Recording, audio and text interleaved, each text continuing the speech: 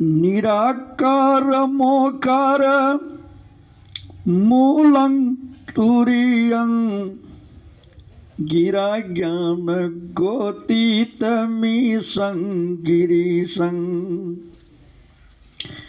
करालं महाकाल कालं कृपालं गुणागार संसार पारं नतोहं।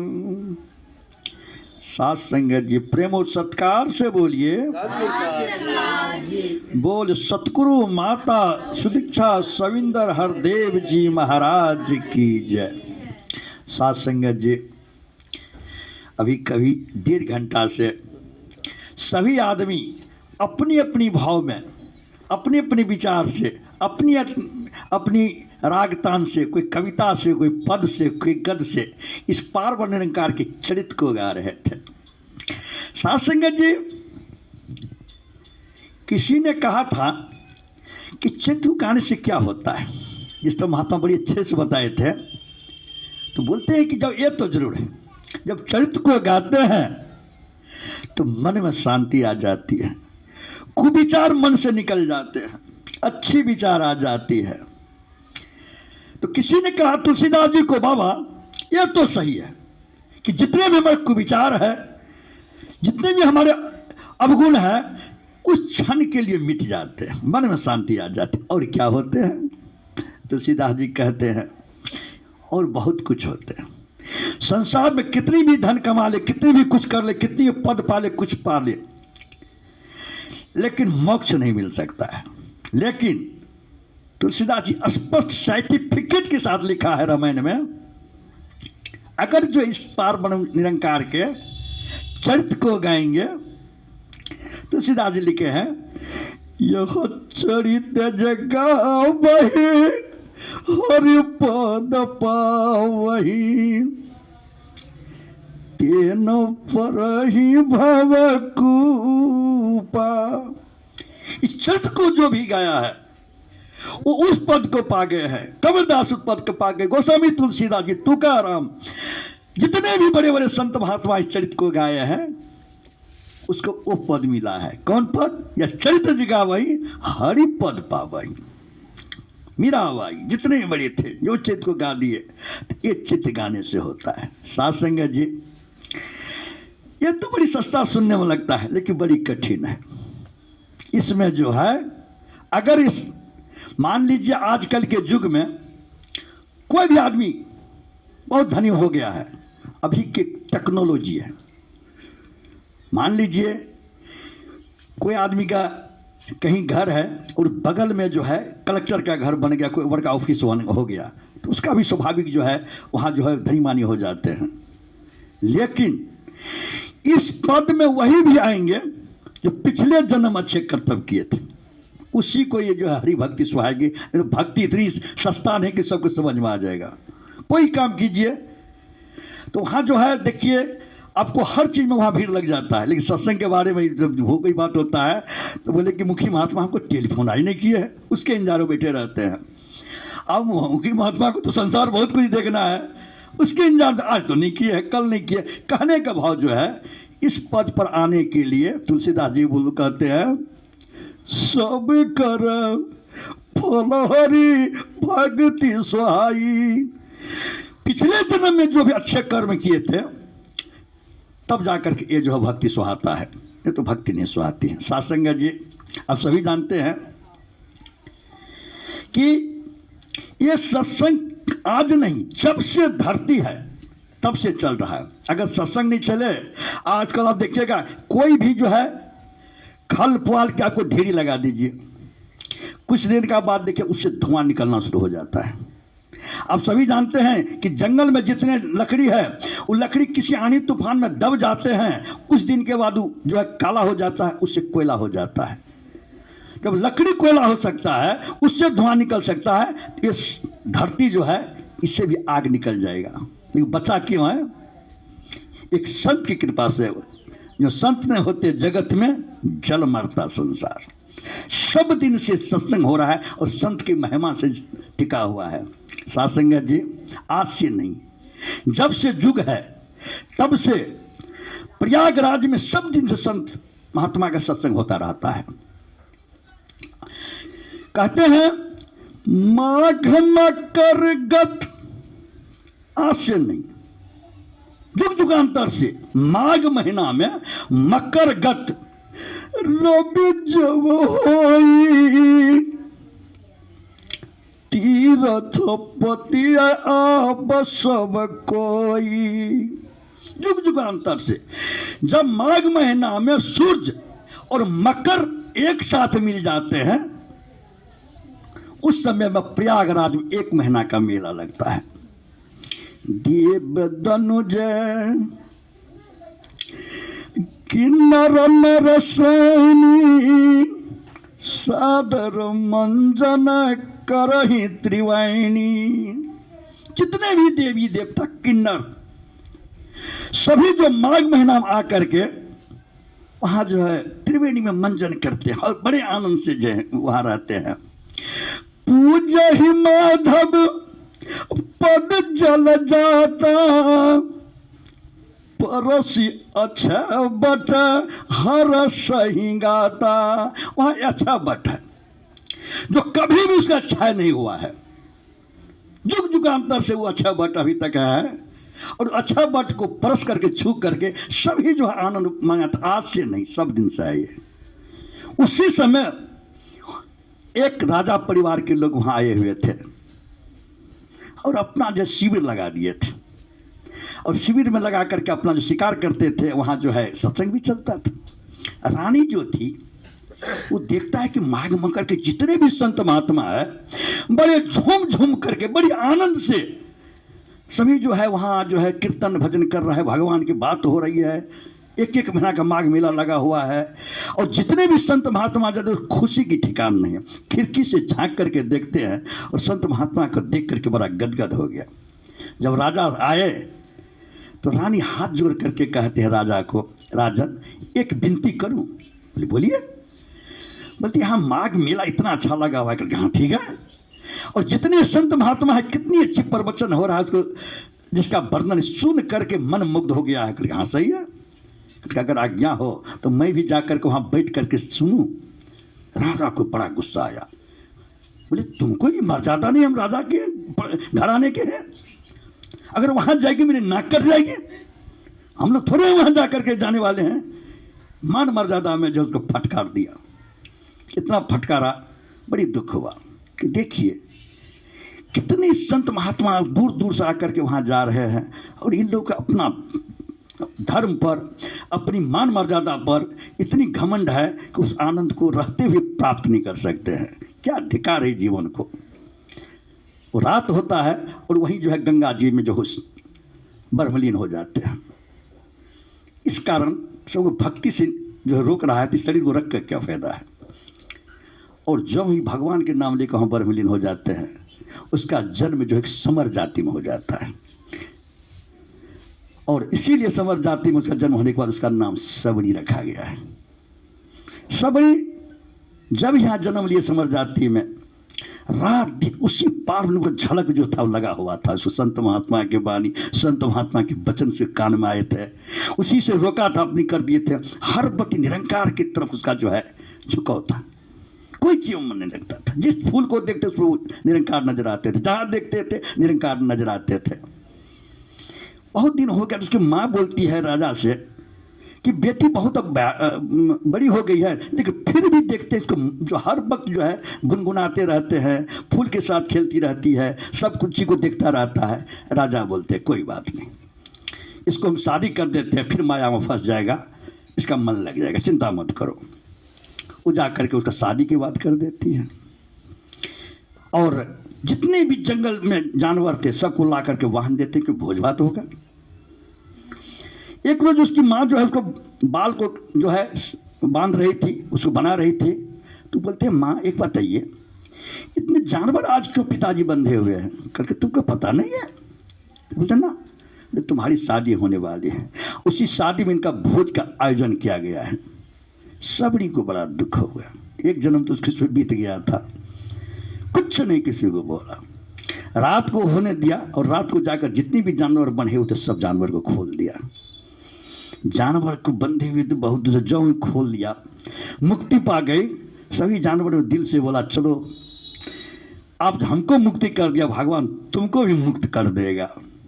और सबरी जानवर को खोल कर वहां से भाग गए। भागते भागते भागते जाकर के बहुत दूर जो गया, वहां से सुबह हो गया तो वहां रुक गया। और कुछ भगवान की कृपा होती, जिस महात्मा बोले थे कि बड़े भाग से कोई संत महात्मा मिलते हैं। संयोग जो वहां भागते भागते वहां मतंग ऋषि का आश्रम था।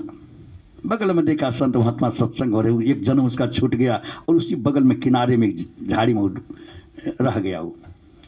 और क्या करते थे, जब भी संत महात्मा वहां रहते थे, झाड़ी में रहते थे और सुबह जाकर के वहां जितना ही सेवा कर देते थे।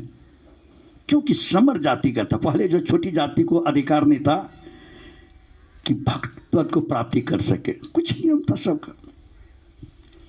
कुछ संत महात्मा देखते क्या कारण है, डेली यहाँ सफाई हो जाए, सब सेवा हो जाते हैं। एक दिन जब देखा तो देखा है सबरी को पकड़ लिया। सब जाकर के महात्मा को, मतंग ऋषि को बोला, महात्मा ऋषि को उसको पूछा तो बताया अपने उसके भाव को देख करके। संत महात्मा समझ जाते हैं, भाव को देखकर दया आ गई और उसको सेवा में रख लिया। कुछ दिन के बाद मतंग ऋषि जो है बीमार पड़ गए। मतंग ऋषि जब बीमार पड़ गए तो वो जो सबरी को बुलाकर बोलती है, बेटी अब हम जो है कुछ दिन के बाद यहाँ से विदा हो जाएंगे, बीमार पड़ गया हूँ, लेकिन एक बात बोल देता हूँ, जिस निश्चल भाव से तू जिस भगवान का जो है सत्संग किया है, जिसके लिए तू इतना भजन किया है, एक दिन तुमको मिलने के लिए यहाँ आएगा। सबरी रोने लगी, बोले गुरुदेव हम तो पूरे संसार को त्याग दिए हैं, सबको त्याग करके आपके पास आए तो थोड़ा हमको आनंद आया था, लेकिन आप जब गुजर जाएंगे तब मेरा क्या होगा। कहते बेटी आना जाना तो सबका लगा हुआ था, लेकिन तुम्हारा ऐसा होगा जिसके कारण तुम आया है, तुमको भगवान खुद आएगा यहाँ मिलने के लिए। भगवान से मिल करके जैसा आज्ञा होगा सब कर लेना। ब्रह्मलीन हो गए। गुरु की आज्ञा से समझ गया कि जब उनको गुरु बोला है तो मिथ्या नहीं हो सकता। नित्य दिन सबरी उस रोज से कभी भी बैर नहीं खाए थे कि हमारा भगवान आएंगे तो खाने के लिए क्या देंगे। जो भी बैर मिलता वो बैर को खा लेते थे, चीख लेते थे। अगर मीठा लग गया वो बैर को रख देते थे। एकदम ठोस कहते कि भगवान को जब खट्टे बैर नहीं खिलाएंगे, रखे जाते क्यों भगवान आएंगे। और नित्य दिन जो रास्ता को साफ करते थे। गुरु की बात कभी झूठा नहीं हो सकता है। एक दिन आगे सबरी को खुशी का ठिकाना नहीं है। तुलसीदास जी लिखते हैं, सबरी देखी राम गृह आए, मुनि के बचन से मुझे जिया भाए। सबरी एक दिन भगवान आ गए, भगवान को देखकर इतने गदगद हो गए कि खुशी का उसको ठिकाना नहीं रहा। लेकिन सबरी को दो खुशी था। एक खुशी पार्वती ने कहा जिसका मैं भजन करते थे, जिसके मैं ललाए थे, एक जन्म बीत गया है, आज आ करके हमको दर्शन दिया है। दूसरा खुशी था मुनि के बचन से मुझे जिया भाई। गुरु जी जो बोला था वो चीज आज हो गया है। मुनि के गुरु के वचन होकर के दिल में भा गया। श्याम गोर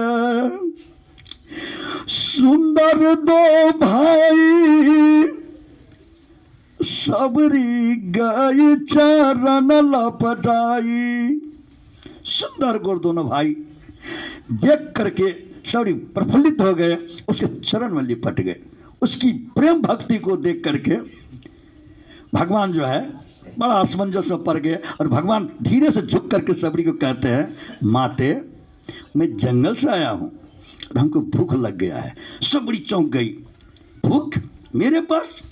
मैं तो आपके लिए चुन चुन करके यहाँ बैर रखा हूँ। दौड़ के जाकर के बैर उठा कर ले आता है और भगवान के आगे में रख देते हैं। भगवान बड़े प्यार से जो उसे उठा रहे हैं। सबरी को रहा नहीं गया। बीच में सबरी बोलती है, भगवान बैर कैसा है? भगवान के नेत्र से आंसू जाने लगा। क्योंकि कहते हे माते हमको आज खाना 2 ही बार अच्छा लगा है। एक बार मेरी माँ कौशल्या खिलाई थी अयोध्या में, और आज जो है 14 वर्ष के बाद वैसा भोजन मिला है। कहने का भाव ऐसा होता है। भक्त के आगे भगवान विवश हो जाते हैं। इसके बाद सबरी तो बोला मैं तो बैर खिला दिए क्योंकि मैं चुन चुन के रखा हुआ था, लेकिन जब भगवान जाने लगते उसका स्तुति करते हैं, वो स्तुति तो हमको होता नहीं। हाथ जोड़ के भगवान के आगे जो है शरणागत हो गए और कहते हैं, महात्मा आते ही बोले थे, हे भगवान मैं आपका स्तुति कैसे करूं? क्यों? अधम ते अधम अधम यति नारी तीन में महमती मंद गमारी। कहते हे भगवान हम तो अधम से अधम है,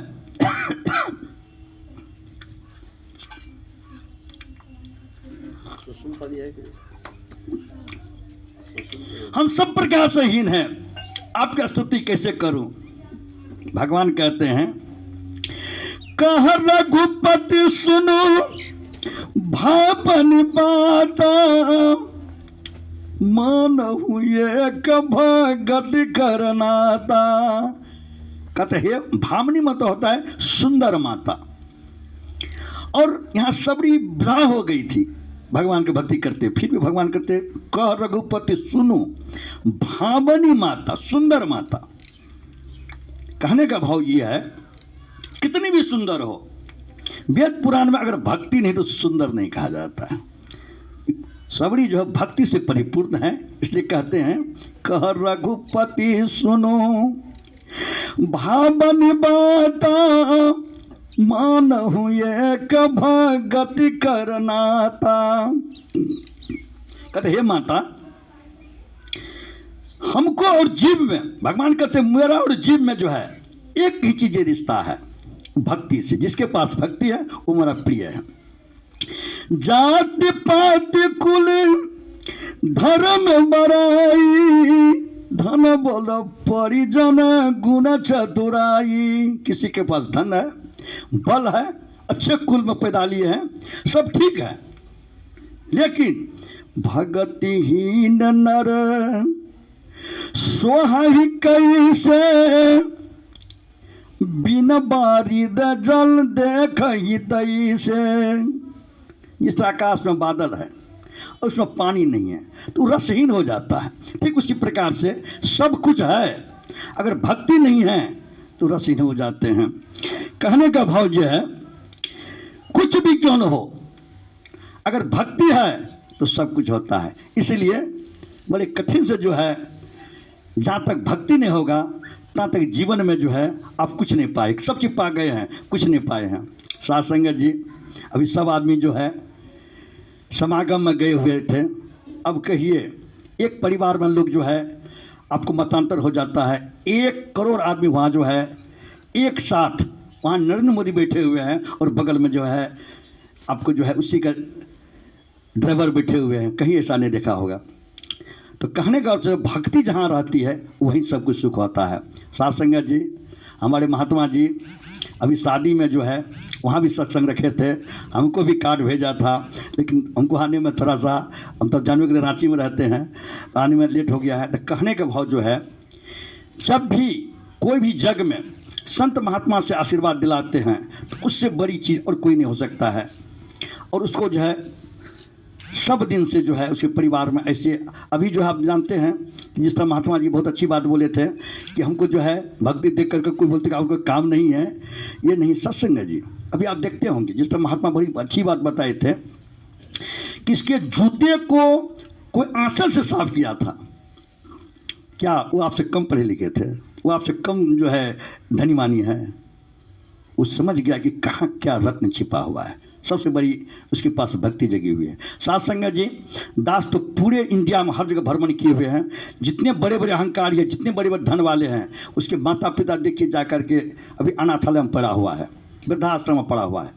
लेकिन पंजाब में जितने आदमी है सरदार होता है, वो क्या करता है बच्चे में अपने बच्चे को पकड़ करके गुरुद्वारा ले जाते हैं और वहाँ जाकर संत महात्मा के बीच में बैठाते हैं।